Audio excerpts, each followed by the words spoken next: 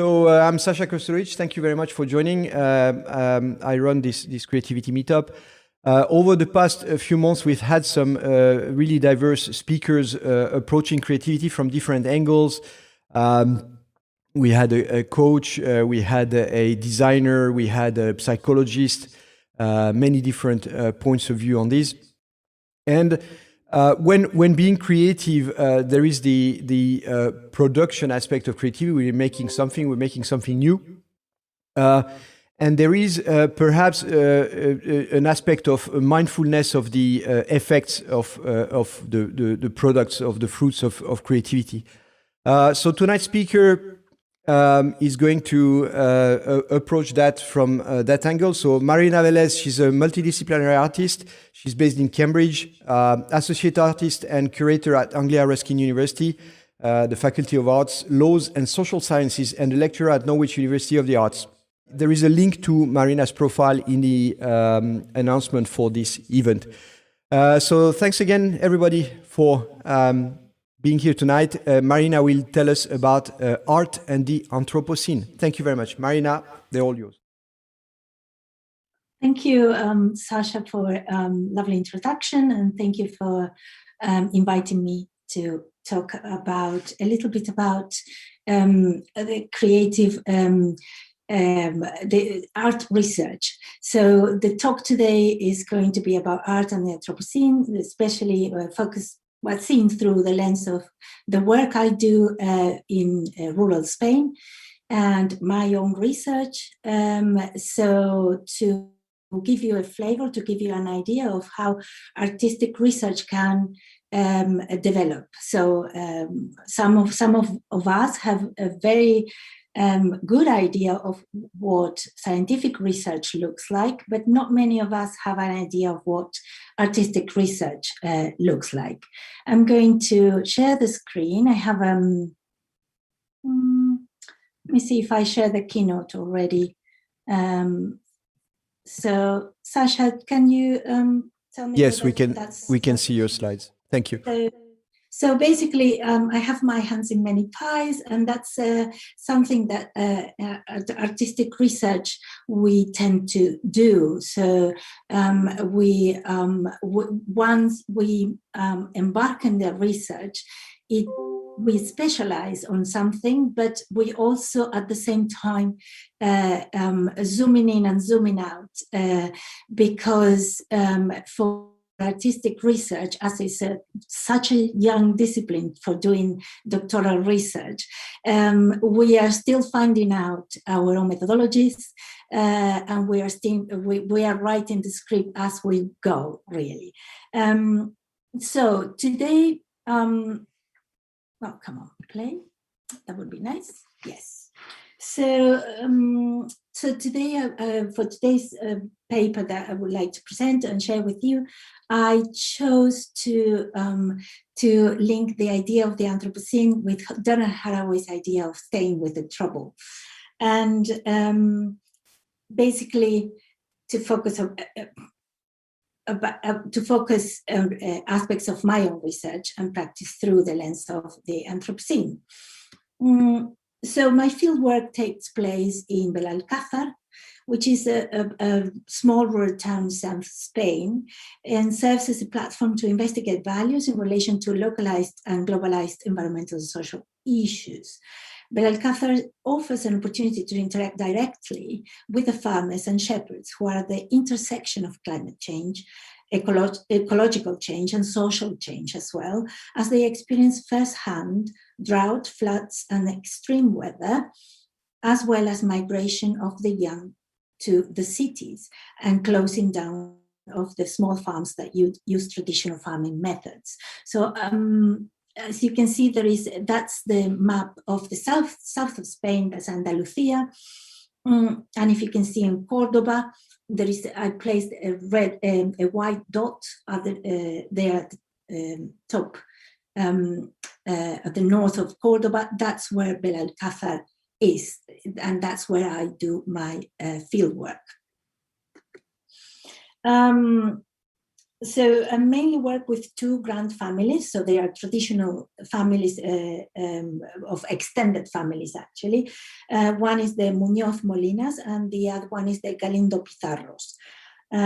They are farmers and shepherds. I have been working with them since 2012, when I arrived at the village with my cameras, and this established a common understanding that photography and video are my languages. And of course, as an artist, as a researcher, I do far more than that. I do interventions, I do dialogical approaches, my practice has many aspects, but arriving with the camera was a way of tacit understanding, and it was very clear for them, okay, video and photography is what she does, and then we got on with just doing the research. They took me in, these families, they took me in with all my limitations and capabilities, and we got on with life, which included working on the land, taking the sheep to pasture, selling vegetables in the local market, cooking and sharing food, and celebrating local festivities together. Belalcázar facilitated simultaneous narrowing and widening of the research by looking at the specific and the general at the same time, which is a research methodology that I use in my practice. The fieldwork started as a localized and situated exploration, which highlighted globally significant issues such as climate change, desertification, loss of biodiversity, species extinction, and loss of indigenous knowledges. Exploring localized situations helped me to unpack anthropogenic, environmental, and cultural issues, which exposed value as the commonality for both localized and globalized environmental problems. Reflecting on human behavior and how it might be motivated and directed by individually and socially constructed values, and that human behavior affects how fellow humans and also non-human animals and the environment, the research increasingly focused on the links between human values, human behavior, and human environmental impact. This deep concern about human behavior and its impacts has led to intellectual adventures crossing between disciplinary boundaries into philosophical and scientific arguments related to the idea of the Anthropocene. Now, this term Anthropocene was formally used among Earth system scientists in the late 1970s and 1980s, and it refers to the impact, acceleration, and offshoot that humans inflict on the planet's capacities to sustain life and regenerate itself. It is attributed to the American biologist Eugene Sturmer, and it was popularized by a paper co-authored by Sturmer and Dutch chemist Paul Crutzen for the International Biosphere Program in the year 2000.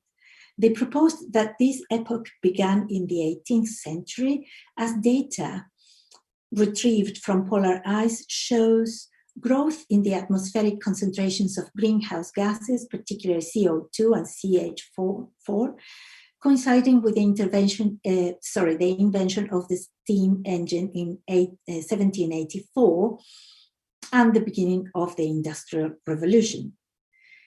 This uptick in emissions is seen as a globally significant inflection point, marking the beginning of an era where major Earth systems and processes are overwhelmingly influenced by human systems.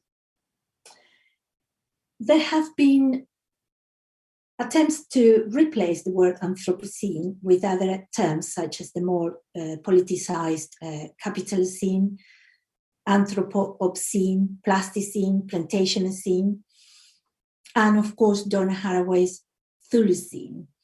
Haraway claims this word encapsulates a kind of time place for learning to stay with the trouble of living and dying in responsibility on a damaged earth. So the play on words, responsibility of responsibility, so ability to respond.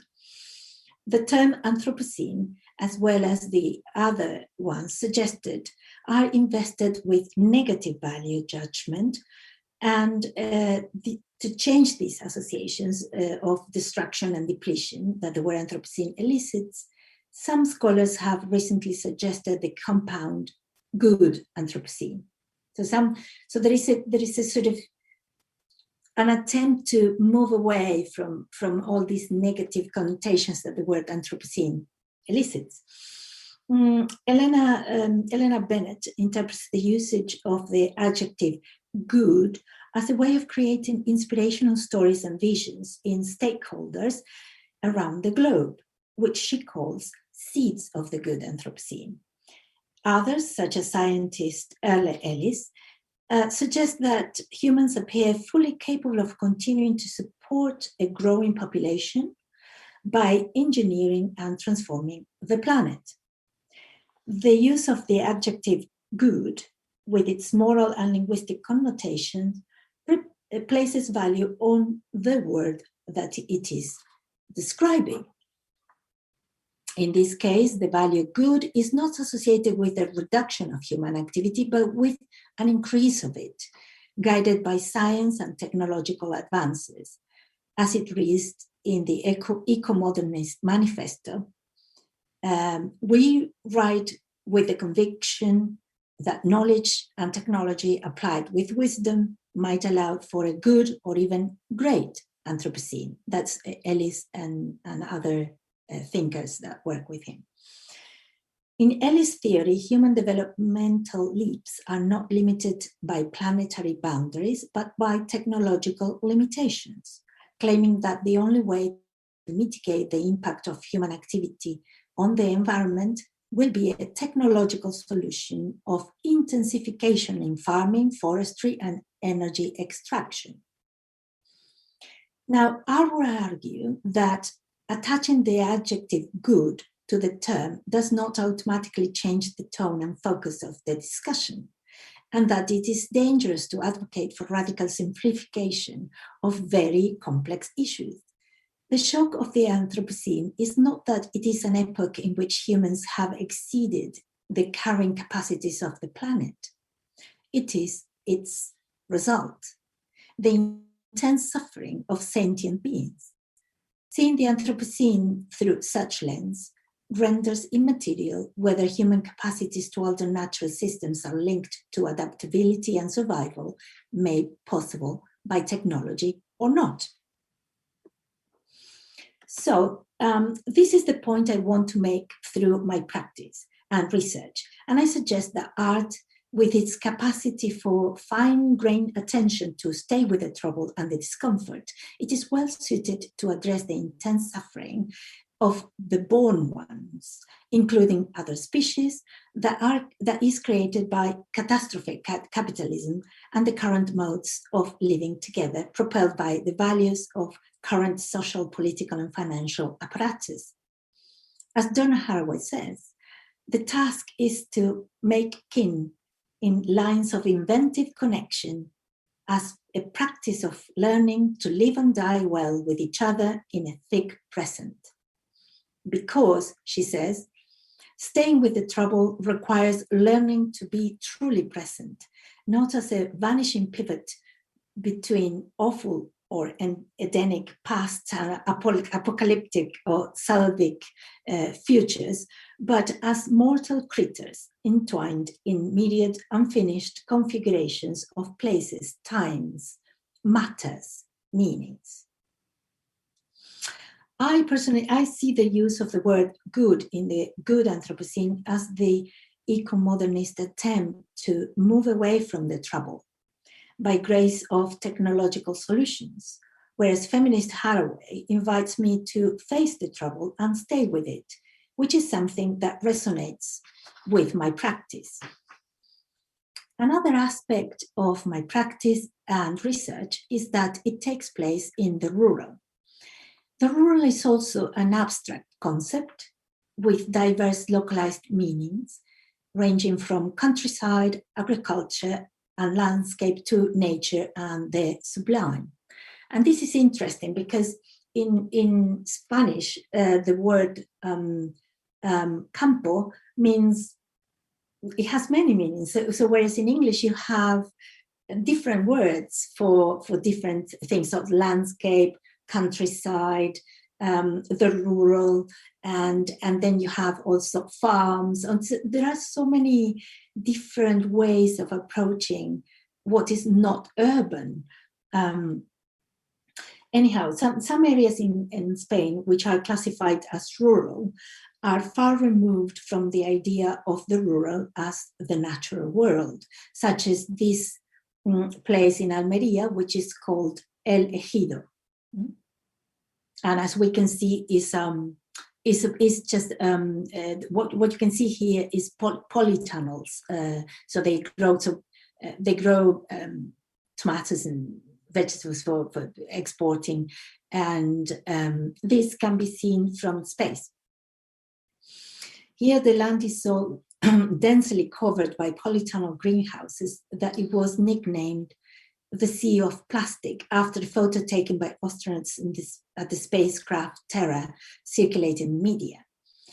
According to geographer Michael Woods, the rural is an assemblage of heterogeneous human and non-human components, whereas another historian, Pellintan, sees the rural as resilient against dispossession, colonialism, and control.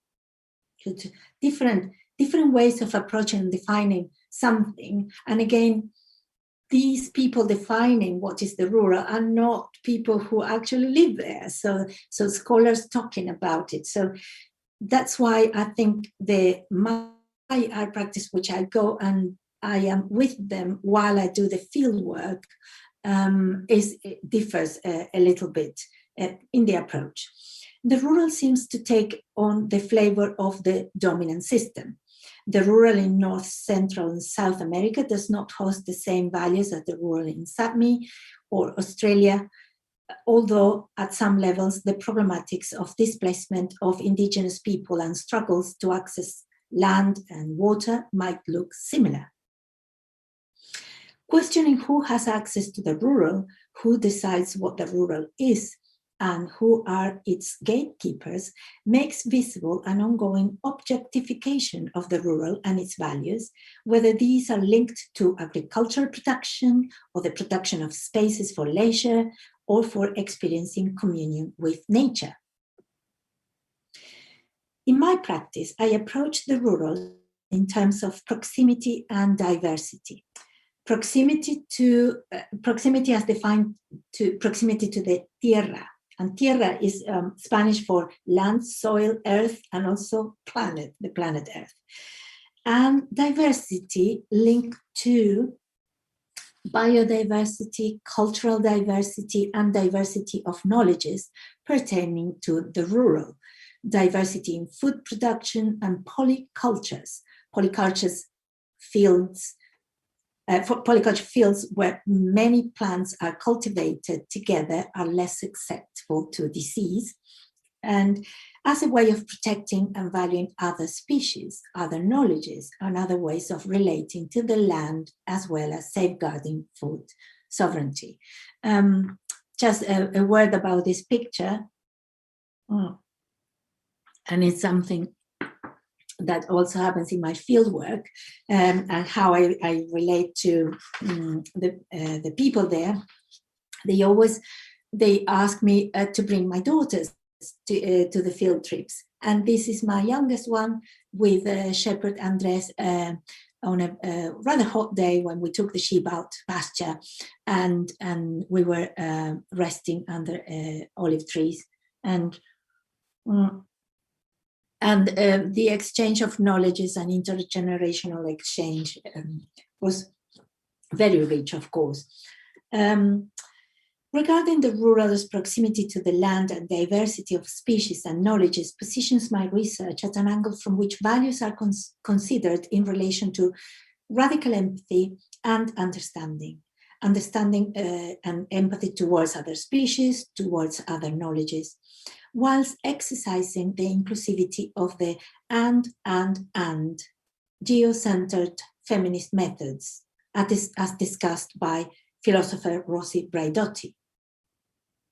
So the idea of the and is something that Braidotti suggests which is sort of a radical way of inclusivity, looking at inclusivity.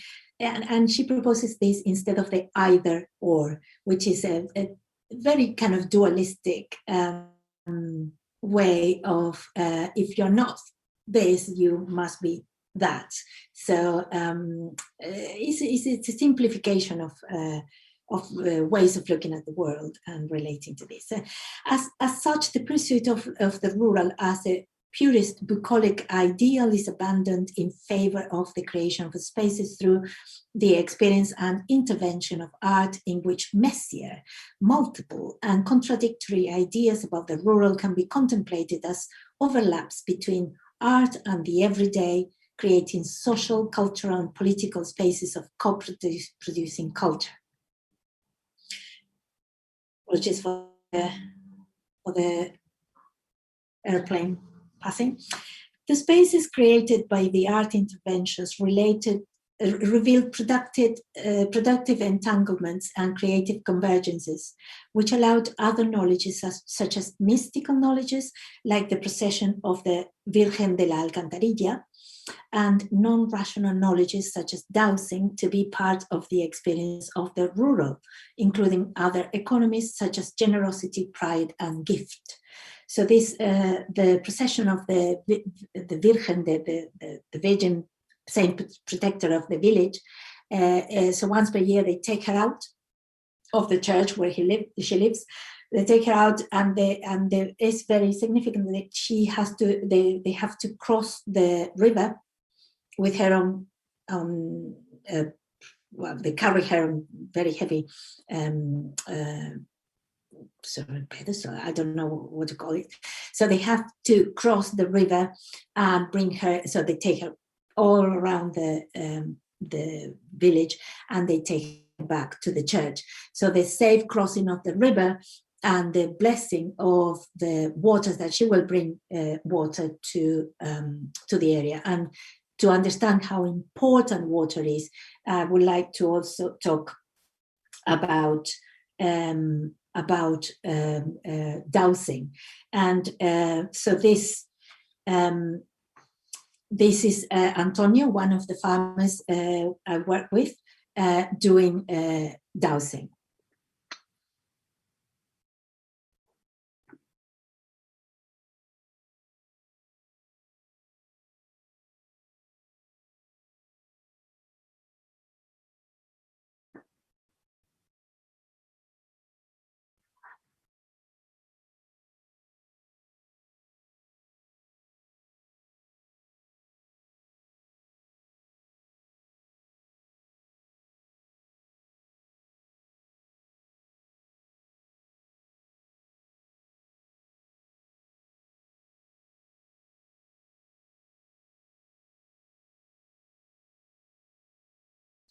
So dowsing is a very interesting activity because it's not recognized by religion, by the church, and also by science.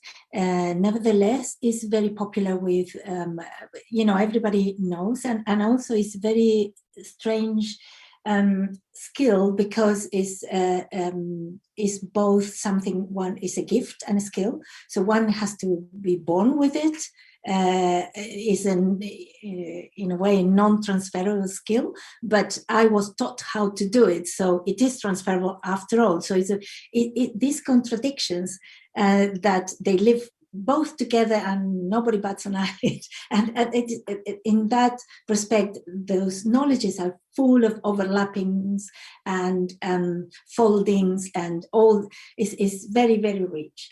Now, to position my research and practice in relation to other practices, and this is something very, very important. So we don't do art in a vacuum. We don't do the research in a vacuum. We are always positioning ourselves as practitioners as to what is going on and where is coming from as well. So I have to mention environmental art, of course. Tate defines land and environmental art as a part of the conceptual art movement tracing its beginnings to the 1960s and 70s, it describes it as usually documented in artworks using photographs and maps, which the artist could exhibit in a gallery, and cites Robert Smithson and Richard Long as the most prominent artists. Now, I have to point out that the examples that they give are of male artists, and also they are sculptures.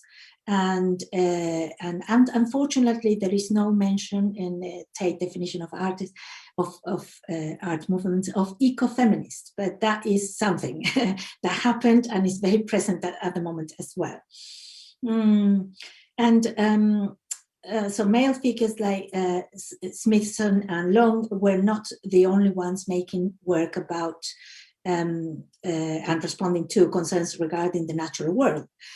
Female artists such as Ana Mendieta, Fina Miralles, and Agnes Dennis have opened doors for practices like mine to engage with current preoccupations and problematics related to the Anthropocene.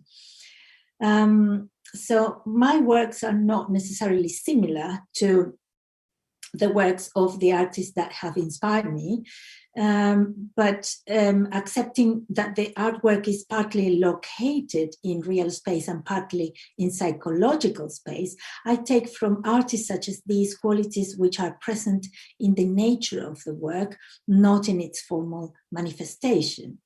In other words, I do not necessarily use the same means as those artists, but I am inspired by the spirit in which they tackle subjects that chime with my own. For instance, Ana Mendieta. I borrow from Mendieta certain intuitive feminine force, as well as spiritual and physical impulses to connect artist and nature, and which are present in her Body Earth Traces works. And Spanish artist Miralles brings the exploration of the feminine in land art closer to my own research context, and I draw from her work the strength to seek communion with and understanding of nature, even in challenging circumstances. Because Mireille's work, she worked when during the dictatorship, Franco's dictatorship, and it was very, very strong message for the women. Women's place is in the family and not making work, and certainly not art. And what is this? This is not sculpture or painting or anything traditional.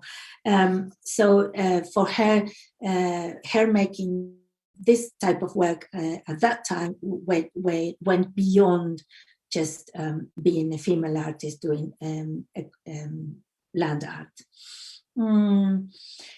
So another one, Agnes Dennis.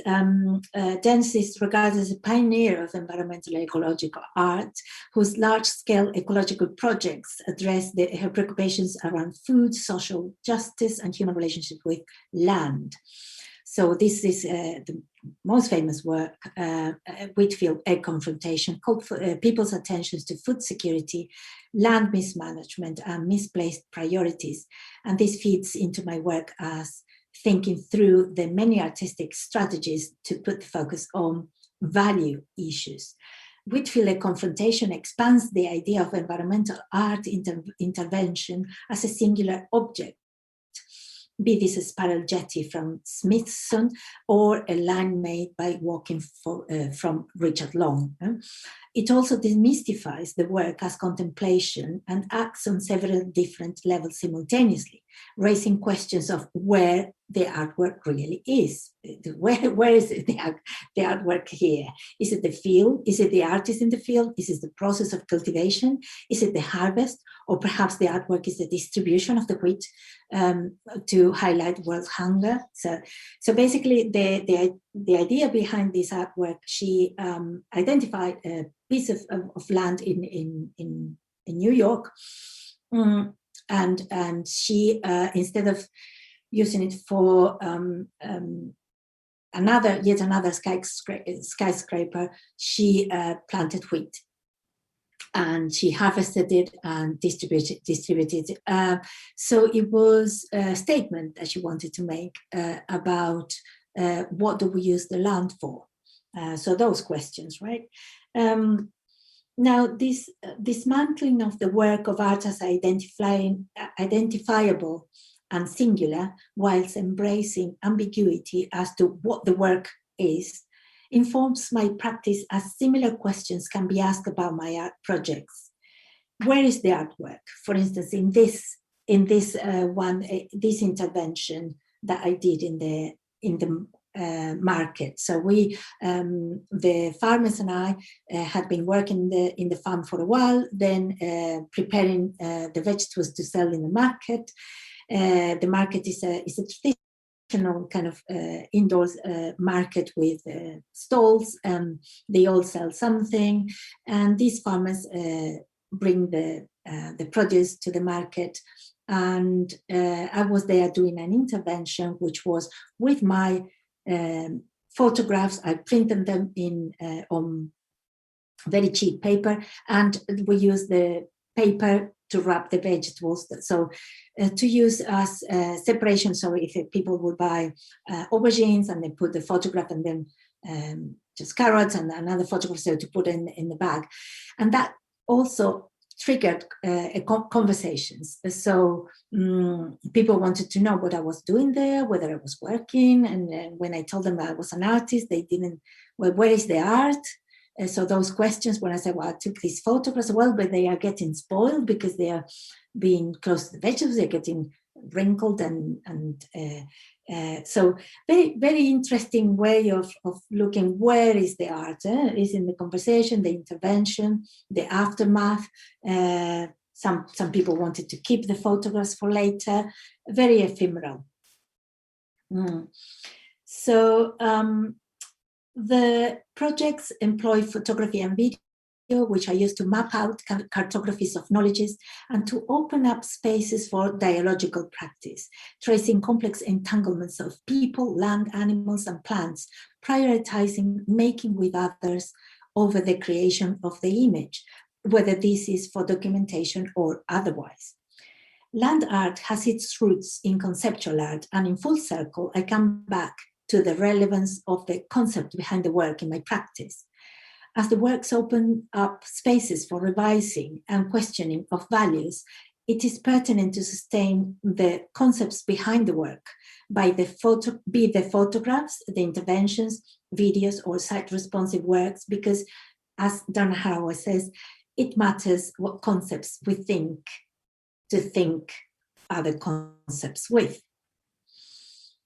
Allowing certain ideas to sit side by side in the same space of theoretical research without excluding one another created a rich conversation that reflected the cartographies of the practice, where connections emerge from the relations between the agents, ideas, theories, experiences, intuitions.